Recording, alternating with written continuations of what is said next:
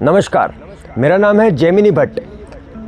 आज मैं आपको एक ऐसी स्टोरी बताऊंगा जो मेरी ही कहानी है, बचपन से लेकर एक बहुत बड़ा एडिक्ट बनने की, नशेड़ी बनने की, एक बेवड़ा बनने की। और बेवड़ा भी किस किस्म का कि यार अगर रात को 2 बजे मेरी नींद खुली और अगर मेरे पास में दारू है तो मुझे रात को 2 बजे वो दारू पीनी है, और अगर दारू ख़त्म हो गई तो मुझे फिर उस अंधेरी रात में फिर से मुझे दारू लेने जाना है, बाइक पे जाना है, और सारा सेटअप, दारू, सिगरेट और सारा का सारा सेटअप मेरे को रात को जमा करके फिर से दारू पीने बैठना है। तो इस तरह का मैं घनघोर एडिक्ट बन चुका था, बहुत घनघोर एडिक्ट। नंगे पैर जाना, दारू लेने के लिए नंगे पैर जाना, ऑटो में बैठना, पता ही नहीं है, होश ही नहीं है कि मैं क्या कर रहा हूँ, कैसे कर रहा हूँ, इससे मेरे घर वालों का क्या नाम खराब होगा, मेरे को कुछ नहीं अंदाजा था। मुझे मेरा सिर्फ और सिर्फ मोटिव एक ही रहता था कि मेरे को सिर्फ दारू पीनी है, बस, दैट्स इट। कोई ज़िंदगी नहीं, कुछ नहीं। आज मैं यहाँ पर आया हूँ, हमारे बांसवाड़ा में एक अच्छा सा शांत मंदिर है। देखो चिड़िया चहचहा रही है, वहाँ पर बतखें चल रही है, पानी है, यहाँ पर पेड़ पौधे हैं। ये मंदिर है डायलाप मंदिर। और मैं मंदिर में क्यों आया हूँ? क्योंकि अगर आप स्पिरिचुअल रहोगे, भगवान के आप जितना करीब जाओगे, दारू से आप उतना दूर जाओगे।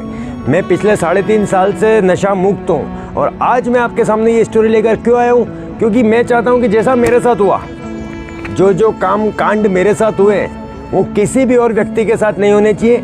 अगर आप अल्कोहलिक हो या फिर अगर आप पेरेंट्स हो, आपका बेटा नशा करता है, कोई भी इंसान हो आप, ये वीडियो आपको जरा सी 1% की मदद तो करेगा ही करेगा। तो चलिए मैं आज आपको मेरे बचपन से ले जाता हूँ। स्टार्टिंग से मैं आपको बात करता हूँ सारी के सारी।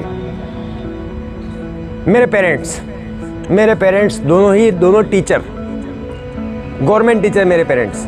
मैं एक ब्राह्मण परिवार का, मेरे दादाजी सिर्फ और सिर्फ पुजारी थे।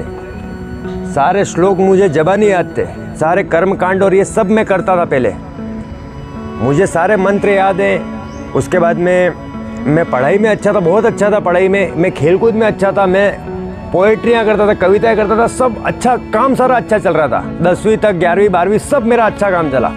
चंचल बच्चा था मैं, भोला और चंचल। और जब भी मैं सुबह उठता था तो मुझे एक ही दिमाग में आता था कि रात में स्कूल जाके मैं ये खुराबात करूँगा तो बहुत मज़ा आएगा, मैडमों को परेशान करूँगा, बच्चों को परेशान करूँगा, लेज़र लाइट लेके जाऊँगा और जब मास्टर पढ़ा रहा होगा तब मैं बोर्ड पे चमकाऊँगा, बहुत मज़ा आएगा। और आसपास वाले सारे बच्चे थे वो हंसते थे, मुझको इस चीज़ में मज़ा आता था भैया, मुझको इस चीज़ में मज़ा आता था कि यार मैं ऐसा क्या काम करूँ जिससे पूरी क्लास डिस्टर्ब हो। तो इस तरह का मेरा बचपन था। तो फिर 10th में मेरे बहुत ही अच्छे नंबर आए, 12th में मेरा शानदार काम रहा, और उसके बाद में मैं आगे की पढ़ाई करने गया, इंजीनियरिंग की पढ़ाई करने गया कोटा। कैरियर पॉइंट नाम की संस्था थी, मैं वहाँ पे गया और मैं रात भर पढ़ता था, पढ़ाई करता था।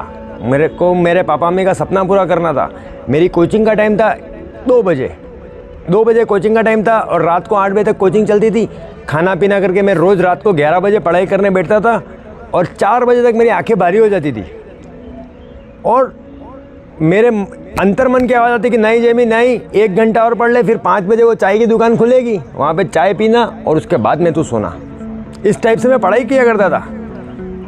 रही बात नशे पत्ते की, cigarette, alcohol, other kind of drugs की, तो वो मुझे कुछ पता ही नहीं है कि ऐसा भी काम होता है। मैं इन सब चीज़ों से कोसों दूर था। मैंने अब तक कभी भी शराब की या फिर सिगरेट कभी टेस्ट ही नहीं की थी, मुझे को पता ही नहीं था कुछ भी।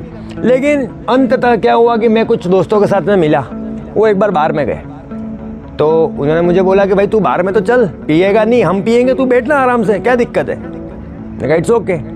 मैं गया और वहाँ पर फर्स्ट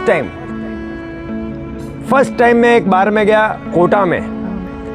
अब क्या हुआ वहाँ पे कि यार सब बियर पीने लगे, और मैंने सोचा कि यार मेरी मनोस्थिति समझना कि यार अगर मैं 1 आध 2 बियर पी लूँगा तो क्या फ़र्क पड़ेगा, लिक्विड ही तो है, क्या फ़र्क पड़ेगा। और मेरे को घर वालों को कुछ पता चलेगा नहीं, मैं तो कोटा हूँ, वो यहाँ पे अपने गांव में। तो मैंने अल्टीमेटली 1 घूंट पिया, 2 घूंट पिया, और उसके बाद में क्या हुआ कि यार मुझे उसका टेस्ट समझ में नहीं आया, मुझे बहुत कड़वी लगी वो बियर।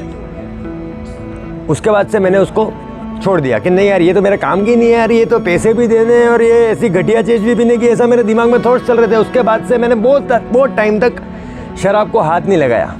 उसके बाद में मेरे ज़िंदगी में बहुत सालों तक शराब नहीं आई। उसके बाद में मेरी एग्ज़ाम हुए, IIT, AI, EEE, RPET, ये सब एग्ज़ाम हुए और मैंने पढ़ाई की थी, जिसके चक्कर में मेरी रैंक ठीक ठाक आ गई और मुझे जयपुर का एक अच्छा कॉलेज मिला, पूर्णिमा कॉलेज।